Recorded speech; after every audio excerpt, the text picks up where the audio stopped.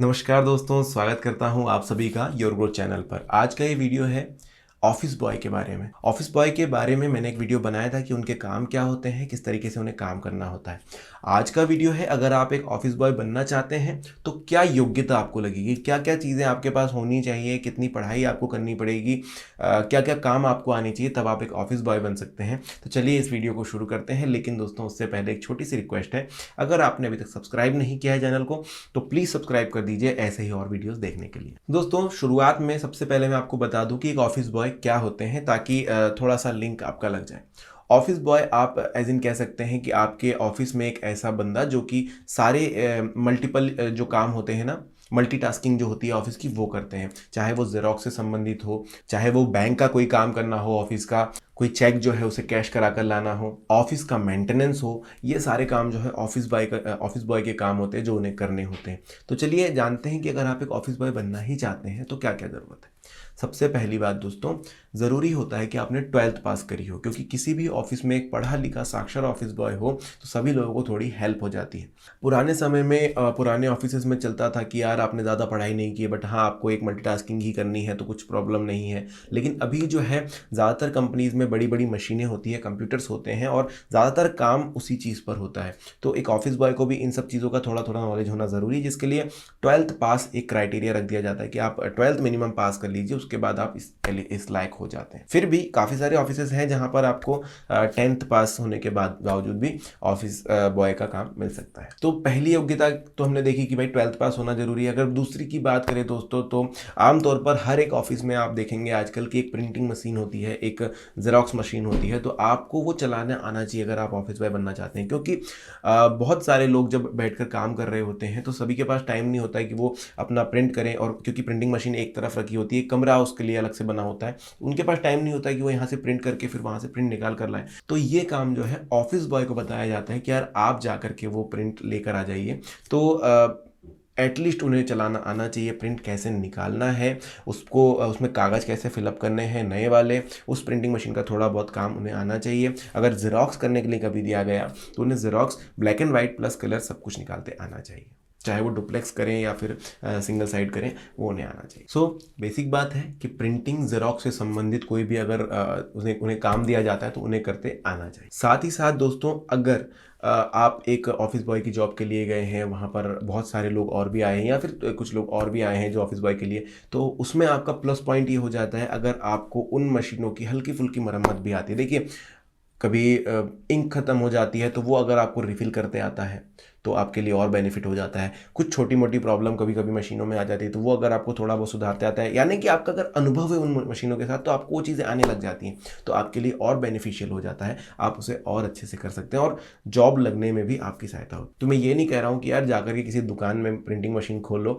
लेकिन उसके बारे में जानकारी ज़रूर ले। साथ ही साथ दोस्तों, एक बेनिफिट आपको इस चीज़ का भी मिलता है अगर आपको टू व्हीलर चलाने आती है, क्योंकि हो सकता है बहुत बार आपको किसी काम से बाहर भेजा जाए। वैसे आपके काम का हिस्सा नहीं होता है कि आपको बाहर भेजा जाए, लेकिन ऑफिस के काम के लिए आपको कभी कभी बाहर भी भेजा जा सकता है। आप टू व्हीलर पे जा सकते हैं, जल्दी से काम करके आ सकते हैं। कई बार आपको बैंक के दौरे करने पड़ सकते हैं, कभी आपको किसी अदर ऑफिस के दौरे करने पड़ सकते हैं। तो अगर आपको एक टू व्हीलर चलानी आती है, ज़रूरी नहीं कि आपके पास टू व्हीलर हो, लेकिन एटलीस्ट चलानी आती है, आपके पास एक प्रॉपर लाइसेंस हो उस चीज़ का, तो ये आपके जॉब लगने में और थोड़ी मदद कर देता है, क्योंकि आप वहाँ पर और ज़्यादा काम के हो जाते हैं, आप और थोड़ा सा काम ईजी कर देते हैं उस ऑफिस का। साथ ही साथ आपको बैंक से रिलेटेड काम भी आना चाहिए। जैसे कि मैंने शुरुआत में कहा था कि कभी आपको चेक कैश करा के लाना पड़ सकता है, कभी आपको कुछ डिपॉजिट करने जाना पड़ सकता है।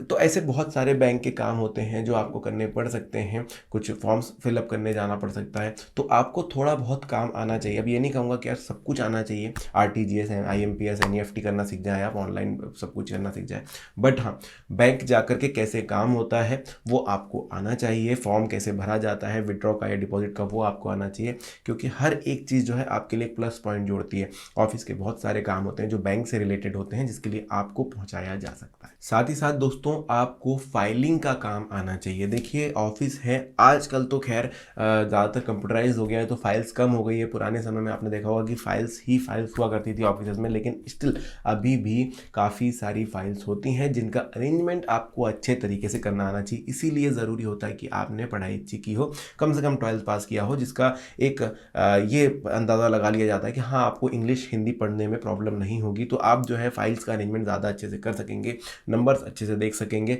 तो वो आपको आना ही चाहिए। अगर नहीं आता है तो आपके हाथ से जो भी फाइल्स शफल हो जाएंगी उसका हर्जाना जो है कंपनी को भुगतना पड़ता है, और आपको फाइल से रिलेटेड काम करने पड़ सकते हैं। ये आप बिल्कुल ध्यान में रखिए।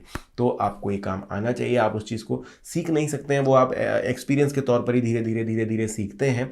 तो कोशिश करें कि शुरुआत में थोड़ा सा ज़्यादा ध्यान दें। आपका मेहनती होना बहुत आवश्यक है, क्योंकि एक ऑफिस बॉय की अगर ड्यूटी देखेंगे दोस्तों तो 8 या 9 घंटे की ड्यूटी में उन्हें बहुत कम समय मिलता है जिसमें वो बैठ पाते हैं।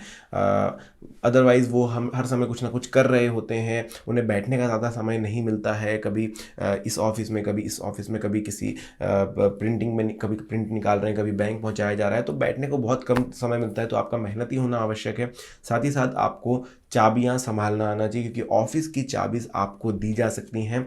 ज़रूरी नहीं कि आपको ही दी जाएंगी, लेकिन हाँ आपको दी जा सकती हैं, जिसमें आपको सुबह ऑफिस खोलना से लेकर के शाम को ऑफिस बंद करने का काम भी दिया जा सकता है। तो वो भी चीज़ आपको आनी चाहिए। वैसे हम लोग हमारे घरों की चाबियां संभालते ही हैं, लेकिन जब एक ऑफिस की बात आती है तो जिम्मेदारी आपकी ज़्यादा हो जाती है। साथ ही साथ दोस्तों जनरल ऑफिस मेंटेनेंस के जो काम होते हैं, ऑफिस में झाड़ू लग रहा है, पोछा लग रहा है, या टॉयलेट साफ़ हो रहा है, या कुछ किचन में कुछ चीज़ हो रही है, कुछ नया बन रहा है, तो ये जो मेंटेनेंस के काम होते हैं, कुछ चीज़ ख़राब हो गई है उसको ठीक कराना है, कोई टेबल टूट गया है उसको ठीक कराना है, कोई खिड़की में कुछ प्रॉब्लम आ गया है, कहीं से लीकेज है, ये सारे जो ऑफिस के जनरल मेंटेनेंस के काम होते हैं ये ऑफिस बॉय को करने नहीं आने चाहिए, लेकिन कराने ज़रूर आने चाहिए। करने आए तो और भी अच्छा है, लेकिन कराने आना और ज़्यादा अच्छा होता है। कभी कोई वॉल पेंट करानी है, तो ये सारे काम जब एक ऑफिस बॉय को आते हैं तो काफ़ी सारे लोगों का काम बच जाता है, क्योंकि बाहर से लोगों को बुला कर लाना, उनसे ये काम करवाना, और ऑफिस बॉय उन्हें विदा कर देता है पैसे वैसे सब कुछ दे करके।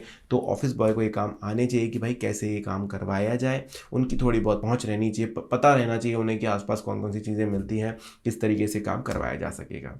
आप एक नई सिटी में हैं तो आपके लिए थोड़ा सा प्रॉब्लमेटिक शुरुआत में होगा, लेकिन आप वो चीज़ें सीख सकते हैं धीरे धीरे। एक ऑफिस बॉय के तौर पर दोस्तों आपको अपनी ऑफिस में जितनी मशीनरी है और जितने भी चीज़ें, जो भी स्टॉक में सामान पड़ा हुआ है, उसका एक रिकॉर्ड रखना आना चाहिए। क्योंकि हो सकता है यार कभी कुछ चीज़ कम हो गई है या कुछ चीज़ ज़्यादा हो गई है, तो उसका हिसाब आपके पास रहे तो काफ़ी ज़्यादा अच्छा होता है। एक ऑफिस बॉय के तौर पर आपको पता होना चाहिए कौन कौन सी मशीन किस तरीके से काम कर रही है। अगर कुछ ख़राब है तो उसको सुधरवाना है, मेंटेनेंस भी आपको ही करना होता है। साथ ही साथ दोस्तों जैसा कि मैंने शुरुआत में कहा, कंप्यूटर का बेसिक नॉलेज होना आवश्यक है। आज के समय में जब सारे काम कंप्यूटर से होते हैं, उस समय में अगर आप कंप्यूटर से रिलेटेड काम नहीं कर पाए, ऐसे समय में अगर आप कंप्यूटर से रिलेटेड काम नहीं कर पाते हैं तो आप उतना ज़्यादा जो है सहयोग नहीं कर पाते हैं अपने जॉब के लिए, और हो सकता है कि आपकी जॉब भी थोड़ी सी खतरे में आ जाए। क्योंकि कंप्यूटर में बहुत बार आपको, अगर मान के चलिए किसी ने प्रिंट के लिए बोल दिया कि वो कंप्यूटर से एक प्रिंट निकाल दो, तो आप वो कंप्यूटर नहीं चला पाए तो क्या होगा, या फिर